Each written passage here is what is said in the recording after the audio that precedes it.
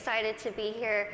I kind of want to tell you a little bit more of the, I don't want to say basics, because we don't really know anything about my syndrome. I was born with this very, very rare syndrome that only 2 other people in the world, including myself, that we know of, have. Basically, what this syndrome causes is that I cannot gain weight. Yes, it does sound as good as it is. I could eat absolutely whatever I want, whenever I want, and I won't really gain any weight. I'm going to be 25 in March, and I've never weighed over about 64 pounds my entire life.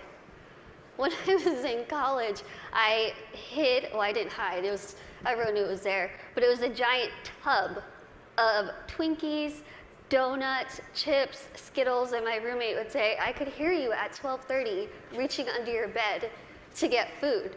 But I'm like, you know what? It's all right. I can do these things because there are benefits to this syndrome. There are benefits to not being able to gain weight. There are benefits to being visually impaired. There are benefits to being kind of really small. A lot of people think, Lizzie, how in the world are you saying there's benefits when you can only see out of one eye? Let me tell you what the benefits are, because they're great. I wear contacts, half off contacts. When I wear my reading glasses, half off prescription. If somebody is annoying me, being rude, stand on my right side. It's like you're not even there. I don't even know you're standing there. Right now, if I stand like this, I have no clue that there's this whole side of the room. Also, being small, I am very willing to volunteer myself to go to Weight Watchers, go to some gym and say, hi, I'm Lizzie. I will be your poster child. Put my face on whatever you need and I will say, hi, I use this program. Look how well it worked. Even though there are really amazing things that have come from this syndrome, there are also things that have been very, very difficult, as you can imagine. Growing up, I was raised 150% normally. When I was my parents' first child, and when I was born, the doctors told my mom, your daughter has no amniotic fluid around her at all. So when I was born, it was a miracle that I came out screaming. The doctors told my parents, we just want to warn you, expect your daughter to never be able to talk, walk, crawl, think, or do anything by herself. Now, as first-time parents, you could think that my parents would say, oh no, why? Why are we getting our first child to have all these unknown problems? But that's not what they did. The first thing they told the doctor was, we want to see her, and we are going to take her home and love her and raise her to the best of our abilities. And that's what they did. I credit pretty much everything that I've done in my life to my parents. My dad is here with me today, and my mom is at home watching. Hi, Mom. She's recovering from a surgery, and she has been the glue that's held our family together and giving me the strength to see that she's going through so much, but she has this fighting spirit that she's instilled in me, that I have so proudly been able to stand in front of people and say, you know what, I've had a really difficult life, but that's okay. That's okay. Things have been scary, things have been tough. One of the biggest things that I had to deal with growing up was something that I'm pretty sure every single one of us in this room has dealt with before. Can you guess what that is? Starts with a B. Can you guys guess it? Boys. Bullying. I know what y'all are thinking. I should have come, why couldn't I sit here with them? I had to deal with bullying a lot, but as I said, I was raised very normally. So when I started kindergarten, I had absolutely no idea that I looked different. No clue. I couldn't see that I looked different from other kids. I think of it kind of as a big slap of reality for a 5-year-old because I went into school first day decked out in Pocahontas gear. I was ready. I went in with my backpack that looked like a turtle shell because it was bigger than me, and I walked up to a little girl, I smiled at her. She looked up at me like I was a monster, like I was the scariest thing she'd ever seen in her life. My first reaction was, she is really rude. I am a fun kid and she's the one missing out, so I'll just go over here and play with blocks or boys. I thought the day was going to get better, and unfortunately it didn't. The day kind of got worse and worse, and a lot of people just wanted to have absolutely nothing to do with me, and I couldn't understand why. Why? What did I do? I didn't do anything to them. In my mind, I was still a really cool kid. So I had to go home and ask my parents, what's wrong with me? What did I do? Why don't they like me? And they sat me down and they said, Lizzie, the only thing that's different about you is that you're smaller than the other kids. You have this syndrome, but it's not going to define who you are. They said, go to school, pick your head up, smile, continue to be yourself, and people will see that you're just like them. And so that's what I did. I want you to think and ask yourself this in your head right now. What defines you? Who are you? Is it where you come from? Is it your background? Is it your friends? What is it? What defines who you are as a person? It's taken me a very long time to figure out what defines me. For so long, I thought what defined me was my outer appearance. I thought that my little tiny legs and my little arms and my little face was ugly. I thought it was disgusting. I hated when I would wake up in the morning and I was going to middle school and looking in the mirror, getting ready and thinking, can I just scrub this syndrome off? It would make my life so much easier if I could just scrub it off. I could look like the other kids. I wouldn't have to buy clothes that had Dora the Explorer on it. I wouldn't have to buy stuff that was bedazzled when I was trying to be like the cool kids.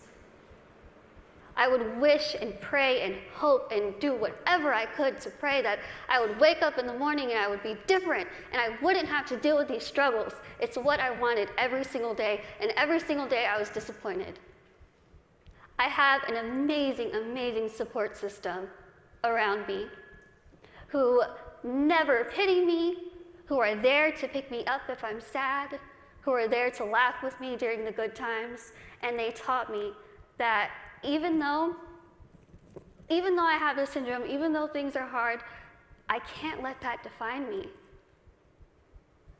My life was put into my hands, just like your lives are put into yours. You are the person in the front seat of your car.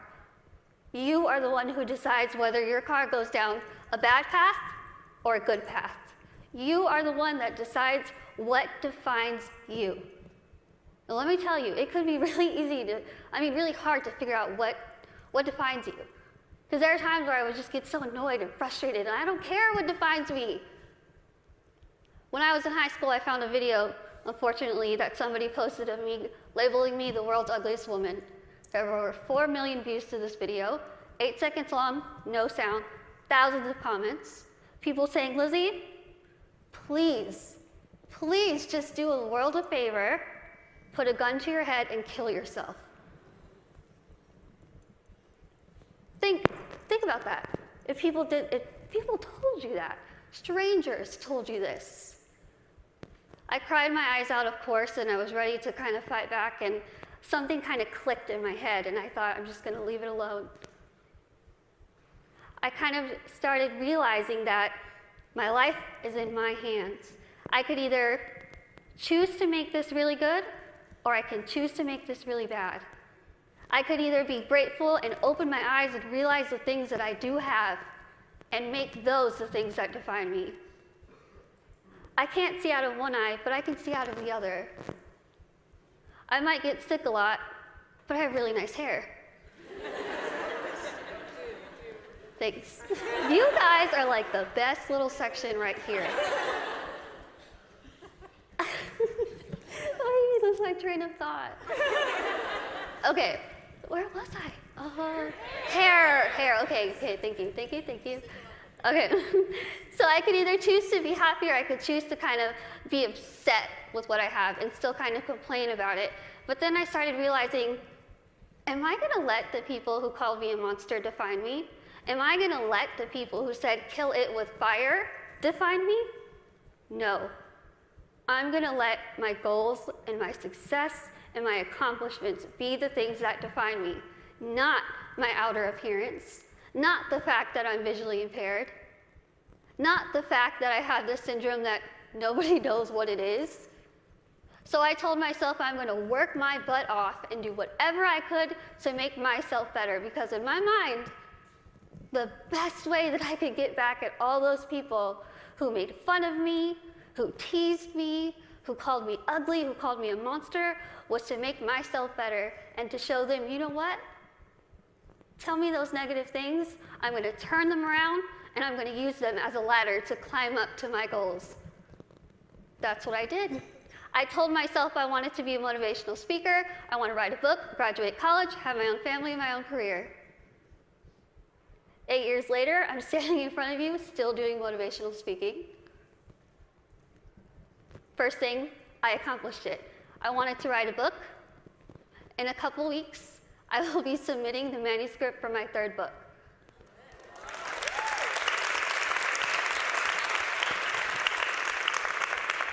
I wanted to graduate college, and I just finished college. I'm getting a degree in communication studies from Texas State University in San Marcos, and I have a minor in English. I really tried to use real life experience while I was getting my degree, and my professors were not having it. But I wanted to have, lastly, my own family and my own career, and the family part is kind of down the line. My career part, I feel like I'm really doing well with it, considering the fact that when I decided I wanted to be a motivational speaker, I went home, I sat in front of my laptop, went to Google, typed in how to be a motivational speaker. I'm not even joking. I worked my butt off. I used the people who were telling me that I couldn't do this to motivate me. I used their negativity to light my fire to keep going. Use that. Use that. Use that negativity that you have in your life to make yourself better, because I guarantee you, you will win. Now, I want to end with asking you again. I want you to leave here and ask yourself what defines you. But remember, brave starts here. Thank you.